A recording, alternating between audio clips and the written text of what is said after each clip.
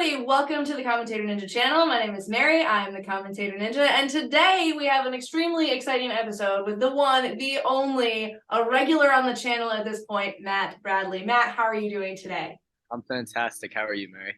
You know, I really can't complain, and I probably wouldn't even if I could, like to keep the positive vibes up. So today we've got a lot of things to talk about. We're going to talk about Ninja, obviously. We're going to talk a little bit of tech, and we are going to talk about the future of the sport of Ninja. But before we dive into that, Matt, last competitive experience, at least that you've posted about on your Instagram, was at the Gravity Forge. Pretty stellar run over there. How have things been going? How's training doing? What's going on with you? Training's been going pretty good. I've been busy, so that's been a little tough. My skills feel really solid though. My strength needs to come up a little bit, but I feel pretty good. That is fantastic. Now, I imagine you've been training for a pretty significant event in the Ninja World, American Ninja Warrior. They just made a pretty big announcement out into the universe that there's going to be 2 seasons, ANW15 and ANW16, already in the works. And are we going to see you on any of those seasons, Matt? You'll see me on season 16 and maybe on a virtual sideline for season 15. So season 16, that's super exciting. Now, obviously, you can't tell us anything about how you did or if you got to experience the new side-by-side format, which sounds really exciting. But I was wondering, I think this would be super fun for all the viewers at home. Do you have any like behind-the-scenes stories that you could share, maybe from a past season or maybe from this season, or maybe you just won't tell us and we'll have to figure it out? So to think about this. On a past season, not gonna say which one. I was nervous the day before the comp, right? So trying to do things to relax. And I ended up going to a guitar store to just play the instruments, mess around a little bit. And I found a guitar that I really liked. So I didn't have a great way to get it home. But so I bought it. I talked to the guys at the shop. They said I'd be able to bring it on the plane. Okay. And I thought that I called the airplane to make sure, but I had this layover that was an hour long.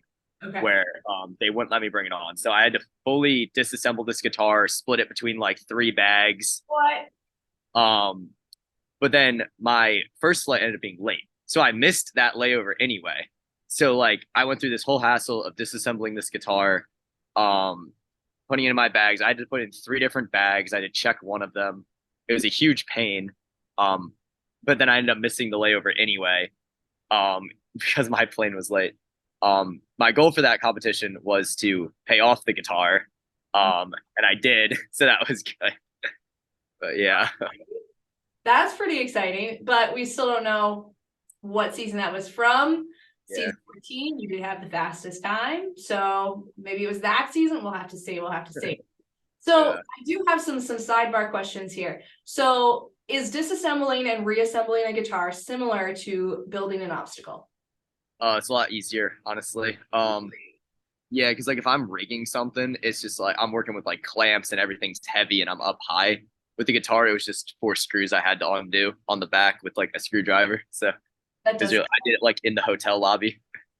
That does sound a lot easier than rigging. It was much easier. Yeah. So another question. I had no idea you played guitar. How long have you been doing this for? I started playing the guitar when I was in probably 5th grade, so I was like 11 or something. Then I took a really long hiatus and picked it up again. So yeah, that's a lot of fun. Good to do something other than Ninja for once. Our bar chord's a lot easier to play now that your hands are probably so much stronger than they were at that time. Yeah, absolutely. Much easier. My endurance is better too. Like some like metal songs are actually like pumpy. It's like crazy. That's insane. What's your favorite song to play? Layla by Eric Clapton. Very nice, very nice. Well, at some point we may have to get a guitar on the channel. I don't know if we'll today, but I would love to see this. All right. So, main reason for our call here today, I want to get together and talk about the future of the sport of Ninja. Now, some trends that I've seen in the Ninja world, you have your kind of major players as far as amateur youth divisions, that of course being WNL, Ultimate Ninja Athlete. You've got your, I won't call them accessory leagues, I'll call them more like your regional leagues like Nina, FINA, although FINA I think is making a move to try to be a more national league. And then of course you have like the Colorado Ninja League, Texas Ninja League, the North Carolina Ninja League, all those sorts of those players, right? And then you have NSC, kind of this I would call the biggest game in town as far as it comes to elite level competition. So what I'm seeing is this sort of trend where we're not seeing as many elite athletes come out to kind of more of your WNL competitions, your Ultimate Ninja Athlete competitions. I will say my knowledge here is more related to WNL. We don't have a ton of Ultimate Ninja Athlete comps that happen in New England. But we are seeing lots of pros go out in force to these NSC competitions. So it's kind of, there's a separation in the discussion, right? There's the future of ninja when it comes to pro competition. And then there's the future of ninja when it comes to youth and amateur, getting people in the sport, getting people involved. So I want to talk about both of those things today. First thing I do want to talk about is the leagues for the kids, right? What do we need to do with those leagues in order to really help them build the future of the sport? And then ultimately we'll get to the question, what future are we sending them to? What are your thoughts here, Matt? I think one thing that's really important, I think the NL actually does a really good job with this, is like accessibility with the youth leagues. Yeah. Like they have like the tier 1 and the tier 2, which I love because like competing is super fun, but obviously doing like a tier 1 NNL isn't for everybody. Like, if it's your first comp, you don't exactly want to go compete against Charlie Ball. So I love stuff like that. I think that's great. Letting everyone compete at like their comfort level, I think is super important because competing is really scary. Yeah. So trying to ease people into that, I think is really good. So WNL has been really good for accessibility, having like the tier 2. Yeah, that's the one, tier 2, where if you're new to competing, you can kind of ease into competitions with an easier course, little less competitive. The one that I went to coach at was just for adults, and a bunch of the parents of the kids that I coached competed. And like, they had no idea what they were doing, but they all had a great time. Yeah. Seemed to be a lot of fun. I hope to make parents comp like that at some point because I think that's really funny. That's fantastic. Yeah. So I haven't been to any youth tier 2s, but I assume they're pretty similar. So yeah, definitely. So we've got the accessibility piece of it, making sure that there is sort of an on-ramp or an entry point for these ninja athletes, right? Now, as these athletes are getting a little bit more skilled, they're going to these competitions, we've seen last season, especially the teens are really competing at the elite level. When you're adjusting a course, what I see most often is your teen course is usually the closest of any age group to what the elite courses are, because these kids are they're so skilled. So what sort of on-ramp are we providing them? We just had NSC today actually announced their youth championship, which I think is pretty exciting. I know there are a lot of kids that have wanted to go out to these competitions, but maybe felt a little bit hesitant given the fact that there are so many super high level athletes that compete at that. But now they have more of an opportunity for that sort of three stage. It's interesting to call it a 3-stage because it's not really a 3-stage, but it kind of is a 3-stage. They have that. So what is the future that we're sending them to? And I guess, how do we best prepare these youth athletes for that higher level competition? Is it feasible to go from just a WNL competition right into an NSC? Does there need to be something else in between there? What are your thoughts? That's a tough question because I think it kind of varies on the person. Like I have students that do WNL, I've done it for years, that I would recommend for NSC. But then I have other ones that, like, I don't know, they need a little more time in the WNL. I think if you've done WNL Worlds as like a teen, you're probably fine to try an NSC. As going with like, not the highest expectations. Right. But like, I think you're fine to try it. Like I have students that have done Worlds and have also competed at NSC. Yeah. I think it's too important though, or it's also important that we don't need to push kids into those elite comps. I think it's not like super important. Like I think it's valid if a kid wants, even if they're really good, if they want to stay in tier 2 or just do WNLs. Like I think it's important that people compete where they're comfortable, and that we don't push them into like those stressful situations unless they really want to. So why is that so important to make sure that the athletes feel comfortable at the level that they're competing? Why is that an important thing for you? I think it's really important because, like, I mean, I've had like my interesting relationship with competing where there have been long periods of time where I haven't enjoyed competing, just because of the stress at those higher level comps. Where it would be like I would go to an NSC or something and I'd be so stressed that I wouldn't even want to be there. but then I can go to one of those local WNLs that aren't very serious, and I can just have fun with that.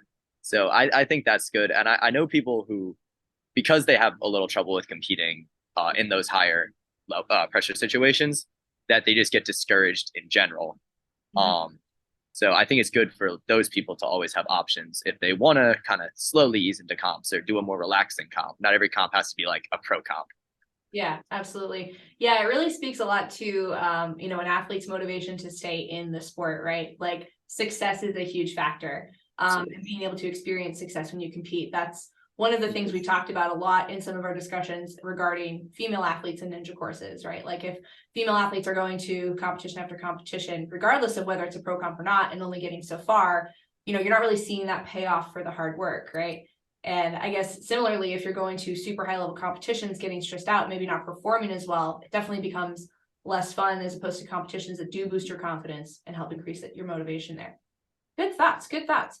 So you mentioned, or we mentioned a little bit earlier, this sort of migration of elite athletes sort of away from the leagues, right? Away from WNL, away from Ultimate Ninja Athlete, really pursuing more these NSC competitions, bigger 3-stage competitions that gyms are putting on. We'll talk about those in a second. What do you think is the main driver for that? That's kind of pushing a lot of these athletes over more towards those the NSC style comps. I think there's a couple main factors. One of them definitely is prize money. NSC has quite a bit more prize money especially for qualifiers. Like NNL prize money or WNL prize money isn't a ton at the qualifiers, which is fine. I mean, they're smaller comps, it's a gym, smaller gyms a lot of the times. Yeah. The NSC comps, because they're bigger, tend to have a little more prize money. So people are definitely drawn to that. Because I mean, to be a pro level ninja is a full-time job. It's a lot of training, it's a lot of eating, a lot of recovery. So being able to get paid for that definitely is important. I think another part of it too is scarcity. Like there's like 5 WNLs every weekend. So like it's not exactly hard to go to a WNL. It's like supply and demand, right? There's a ton of supply of WNL, so there isn't a ton of demand for the qualifiers. NSC, there's only like 8 of them or something. So if you want to participate in that league, you really have to like go. Especially because it's so hard to qualify too. I think that's definitely a factor where like, good people have gone and not qualified at NSCs. Where like WNL, it's like really easy to qualify. I've qualified like my first try, like every season I've done it. So I think there's definitely that. And then there it does seem to be like there's a lot of innovation going on in the NSC right now. Like a lot of my favorite obstacles of the year have been from NSC comps. Like Jungle Gym had an awesome course. Motive had an awesome course. The championship was awesome. Like so much cool stuff coming out of there. And there's good stuff coming out of WNL too, but it does feel like the NSC is kind of like the center of innovation right now. Yeah, a couple of points I wanted to touch on. Just speaking to like the obstacle innovation piece of it. I think one thing that we see with the gyms that NSC chooses to partner with is that these are like deeply embedded gyms, right? You have a lot of athletes that have been in the sport for a long time. They're pulling on sources and people that are known for their innovation and really utilizing that, which I think is so awesome to see. I think when it comes to WNLs, it's not that wealth isn't within the WNL gyms. I think it's just that, as you said, there's so many, right? Like, and a lot of times it's newer gyms too. So you might have gyms that are just really stepping into the ninja scene. And so when they think, what is an elite level course, they might not have that knowledge or that understanding or experience to put something together that could be even comparable to be as challenging as an NSC type competition. Another thing too is just that, a WNL versus an NSC, your WNL, you have 7 age divisions, right? And so you've got to put a course that you can, for most gyms, you need to be able to adjust it without too much change over time. NSC, you get to focus on, okay, we have 1 pro level competition to make, 1 pro level course, 3, I guess. You've got your speed, you have your burnout, hybrid, all of that.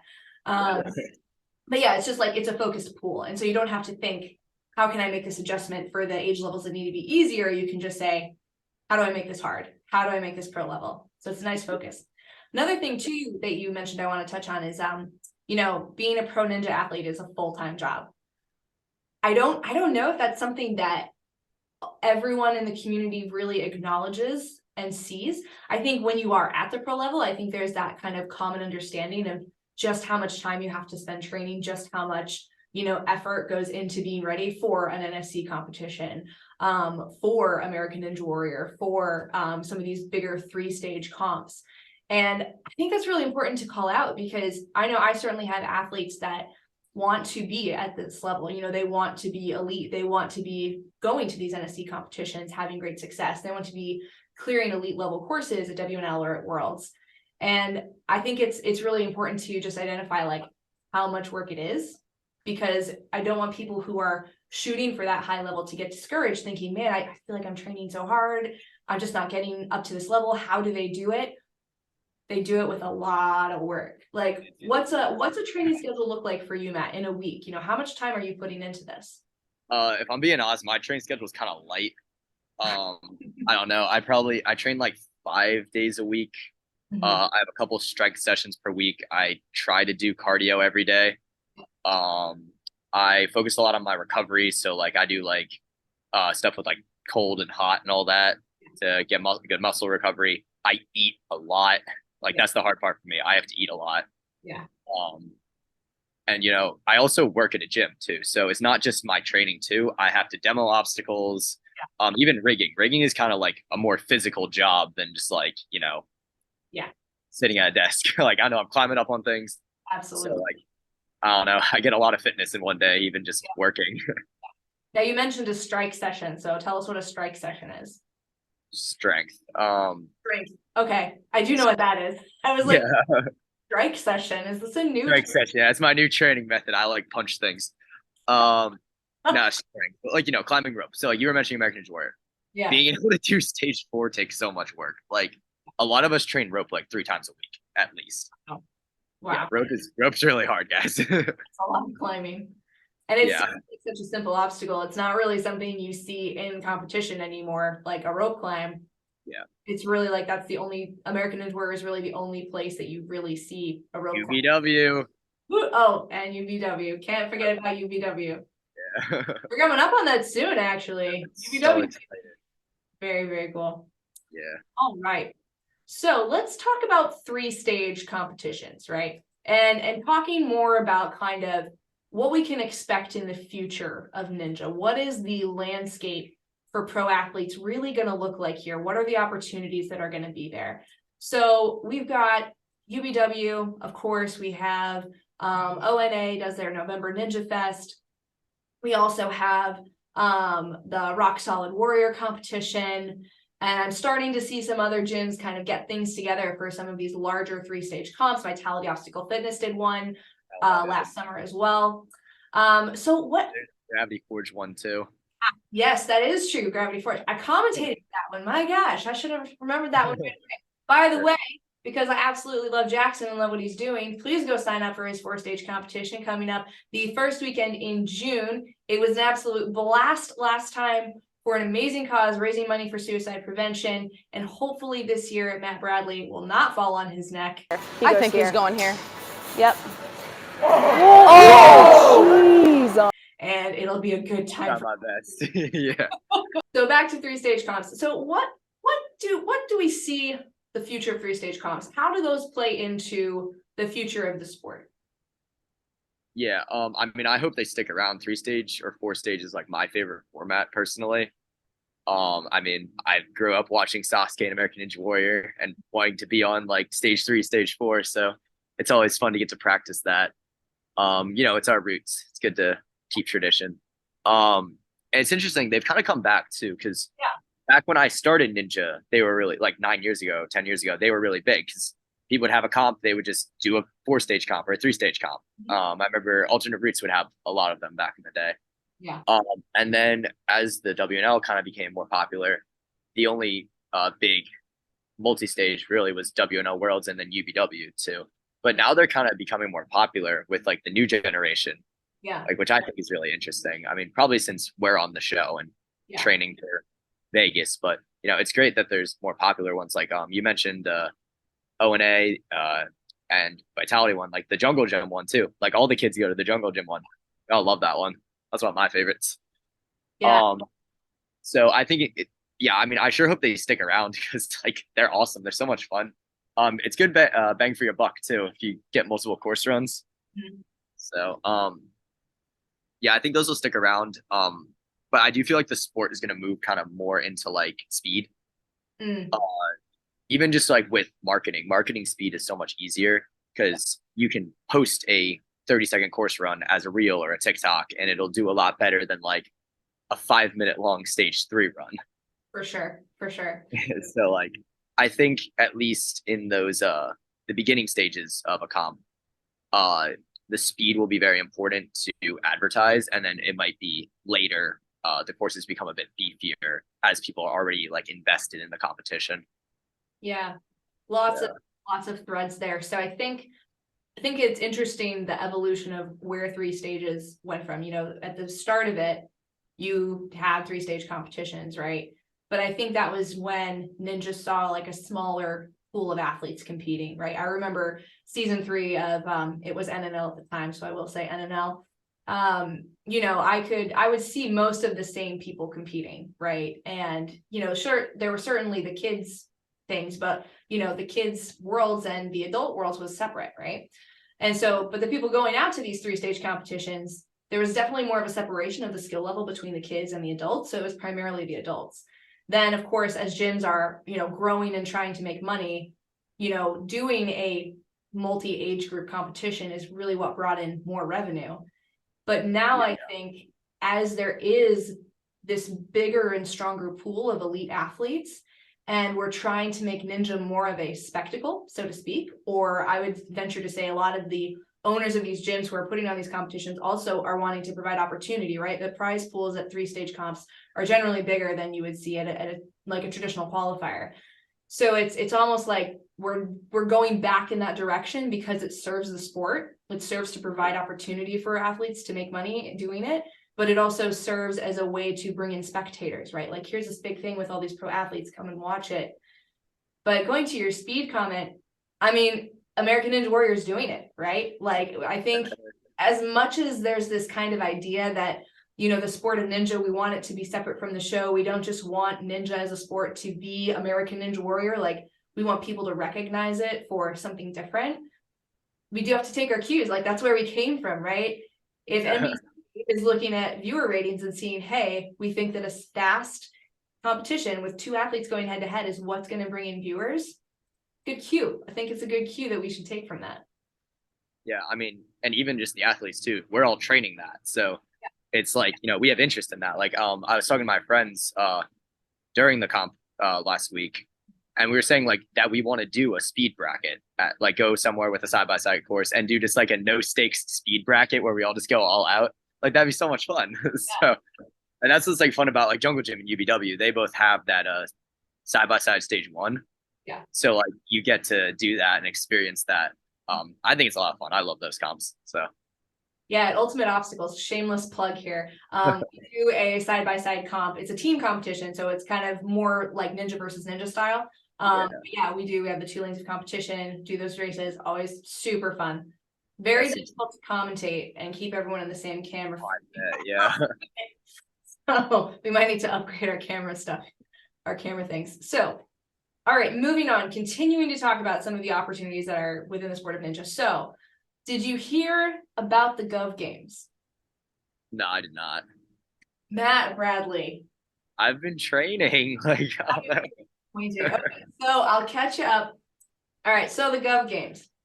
It was what I would call an exhibition competition, right? It was teams of athletes doing just blown up obstacles. There was some ninja stuff, there was some strength related stuff, kind of more Survivor-esque, maybe a little bit more like the Titan Games. And then, of course, you have things like the Arnold, which, the Arnold exhibition, these more sort of exhibition style competitions, but ones that athletes can still earn, some decent money at. So how do you think that plays in to where the sport's going? I think stuff like that is good for like publicity, Mhm. which I mean is super important for Ninja. We're a small sport. We need to grow in terms of size, but also just in terms of reach. We'll need to have like our own forms of advertising to bring people into the sport. So I think like exhibition things like that are great. Like at the Arnold, I mean, that's like a huge fitness expo. And, you know, those are the people who are most likely to be interested in ninja. Yeah. So doing things there is probably good for outreach. I'm sure someone started doing ninja because of seeing the comp at the Arnold. Yeah, absolutely. Probably one person tried it. Like, I don't know. And then like with stuff like the Gov games, I mean, what you described to me sounds sick. Like I'd love to go on TV, try to do like a single really hard obstacle or something. Like, oh, that sounds really cool. Yeah, absolutely. Go check out. So it was cool. There was an all-female team that went. It was Barclay, Jess Lebrecht, Lindsay Dawn Webster, Olivia Vivian, and I'm definitely forgetting someone right now, but there are some other athletes from multi-sports basically involved. So they were one of the only female teams. It was in Dubai, and there was like actually a lot of pushback about having an all-female team, you know, given the geographic location. And they crushed it. They took first place in the That's awesome. and there's one thing that got in their way. They almost took first overall for their division against a lot of teams of all men as well. So that was super, super cool. And also cool to see like the global reach of like obstacle sports, which is awesome. Absolutely. Yeah. So I think you're right with needing that reach, right? I've been, you know, really trying to like think about like what is best for the sport right now. But I don't think it ever will come down to like one singular thing, right? We've had a whole bunch of things going on this year. We've had, you know, NSC really, really crank into their second season. We have WNL doing a bunch of different innovations, Ultimate Ninja Athlete with, you know, their obstacle expo with having a bunch of different leagues and competitions all in one place. And I've really just been trying to figure out, you know, what is best for the direction of the sport. But I think it's everything right now. Like to your point about, you know, wanting to get more reach, wanting to get more recognition. I think if we do all the things, all of them are good, even if they're not. I guess I think a lot of us are trying to figure out like what is ninja, you know, like what competition format is the competition format that defines the sport. But I don't necessarily think we have to define that right now. I think what we need to do is just build that recognition for the crazy awesome things that ninja athletes do, and then use that to help us build up those opportunities so that we have the recognition we need to at some point in who knows how many years. I don't know how long it took rock climbing to really become a thing. I don't know how long it took skateboarding to really become a thing, but yeah, I think all of it's good right now. Yeah, no, I totally agree. I mean, like we could have a very big tent definition of what ninja is, like because you know, I mean, doing a single course like a qualifier, I mean, that's ninja. I mean, doing multi-stage comps, doing NSC, like all of that's great. Even just doing single obstacles, I think is great. Like Jacoby does that stuff with the freestyle, and I think that's super cool. Like it's a lot of fun. You know, it's good for reach too because it's like a quick, flashy clip. Yeah. So I mean, I think all of that's great, and I hope we can encourage like people to pursue ninja in the way that they think is best. Absolutely. So speaking of opportunities, right, and speaking of a big tent, I think when a lot of parents think about making ninja more of a well-defined sport, they think about collegiate opportunities or Olympic opportunities, as has been a bit of a discussion in ninja lately. So I think that my one hesitation with that is that for something to be collegiate, you need standardization, right? You need a standard set of skills. You need a standard course, essentially, because let's face it, most colleges probably aren't going to pump as much money as would be needed into a ninja program unless there was really some sort of huge high-level competition that, you know, was really, really great for their school, really great for their programs. I'd say we're probably at least 50 years away from that, right? So I think at best, if we were to get into schools, it'd be some sort of standardized course. What do you think about that? What do you think about what that could potentially do to gyms, to competitions, all that?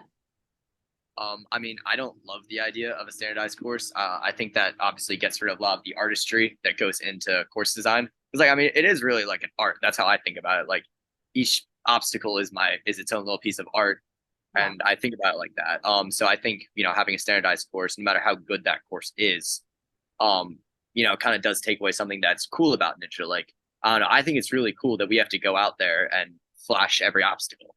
Yeah. I think that's just awesome. So yeah. I hope that element of the sport sticks around. But it would also be good though to have that collegiate thing because, you know, that's more accessibility, that's more money going into the sport. That's more opportunities for athletes to find success and find opportunities. So, I mean, it's tough. I mean, I wouldn't be opposed to there being collegiate opportunities, or I'm in favor of collegiate opportunities. Course standardization, I don't love, but if it's what we have to do, it's what we have to do. I would hope though that those more like local or even just the leagues we have stick around, so there still is opportunities to do the more traditional format where you do have to flash everything. It's a different course every time. Yeah. So, you know, that's so fun. Like, I think that's awesome. It really Yeah. I think it makes so I'm studying sports psychology right now. I decided to go after a master's degree in that. That's And awesome. you know, there's a lot of discussion in sports psychology about just, you know, various competition concepts.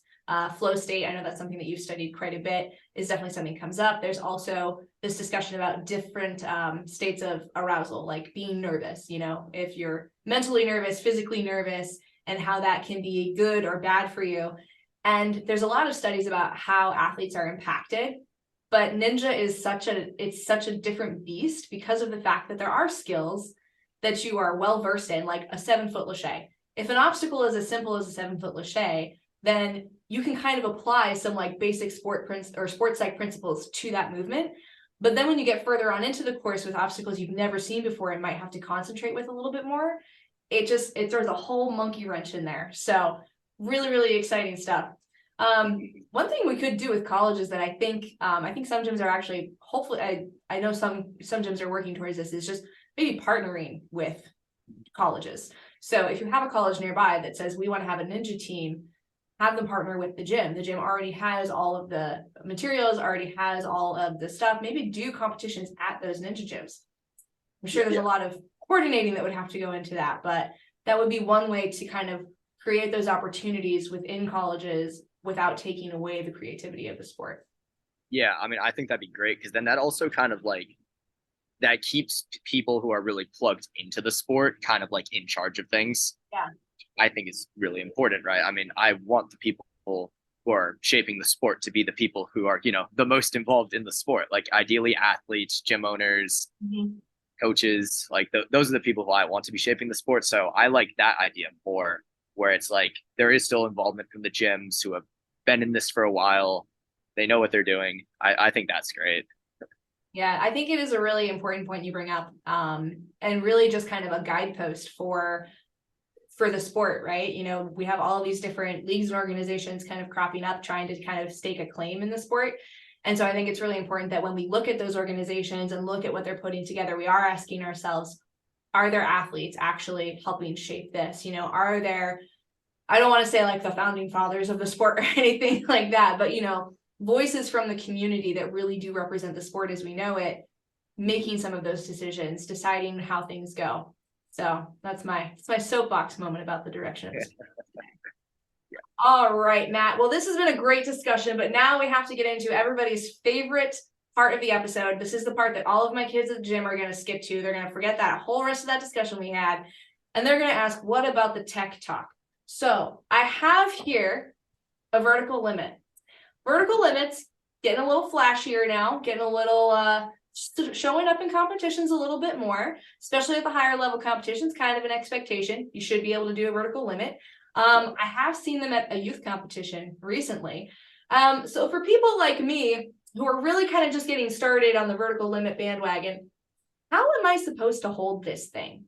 I think that's the biggest question most of us have. Walk me through this. Grab a vertical limit and I'll get talking about it. I'm excited.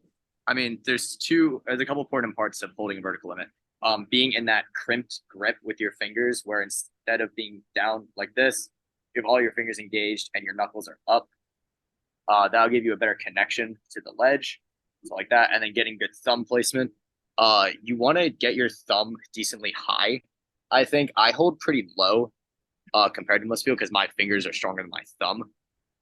But more thumb height is good because you'll have more surface area, so better connection to the obstacle. You also, I think, want to turn your thumb just a tiny bit. Your thumb's a little stronger doing this than it is going straight like that. So just a tiny bit of rotation, I'd say. And then another thing that I also think is really important is hand spacing. So this is harder than this. right? So if you're on a vertical limit, that's really hard. Especially, I think instead of going here, here, you should more go like here, here, and really lock off and really bring your legs up to engage your core. The more muscles you have engaged when you're on an obstacle, the tighter your connection to that obstacle will be. So with a grip obstacle like that, you want to have a lot of muscles engaged, really be squeezing, trying to minimize excess movement. Unless it's that little bicycle leg kick thing that you do when you're doing BL where you bring your knees up. Yep. But yeah. So now compare it. So when we did our cliffhanger tech talk, very popular tech talk, by the way, you know, when you're moving on a cliffhanger, when you move with one arm, you want to pop your knee up, right? Because you want to give yourself that little bit of weightlessness to reach your hand out. Is it the same for vertical limit? I'd say it's the same. Yeah. On higher levels, I say it becomes a little different. But like when you're starting, I think having that knee pop is good. I think you want to be a little more locked off and more core engagement when you're doing BL. Yeah, I'd say like I do cliffhanger like down here. I'd say for vertical limit, I'm more like up here. I think part of that is the wrist position. This wrist position makes higher lock off better. And then I think that hand spacing, as I was saying earlier, is a much bigger factor on vertical limit since it is such a harder grip even to just go across a straight ledge than a cliffhanger would be. All right, so let's walk through this one more time. So here's my vertical limit, here's my hand. So I want my knuckles up, or is it just that I want all of those fingers engaged, the tops of my fingers engaged? I think you want your knuckles up. So I'd say a good vertical limit looks like this. You have a nice point right here. I know some people like to kind of come down into the ledge. I think that's bad. I think that's super bad for your tendons. So I'd avoid that. I think being down a little lower like this is good. And then really getting good thumb engagement too. The thumb engagement is just as important as the finger engagement, especially if you're doing like a 3-ball limit. Like a 3-ball limit is a lot harder to crimp than something like this. Like this is a ledge I could crimp, right? But because a 3-ball limit has a sloper as its crimp, it's a lot harder to crimp that one. Like a 3-ball VL is easier than like a 1 centimeter wooden VL, but it's way harder to crimp because of the shape of the ledge. So on those, thumb engagement is really good to make sure you're opposing the ledge, you're putting strength into the ledge in both directions to really have a good squeeze on there. Awesome. I'm Mary Layton, the commentator ninja. And I'm Matt Bradley. Thank you for coming to my tech talk. Well, thank you, Matt, so much for coming on the channel today and having this discussion with us. Yeah, the future of ninja is exciting. I can't wait to see where it goes. I can't wait to see you at some more competitions and also on ANW season 16. Sir, thank you for having me.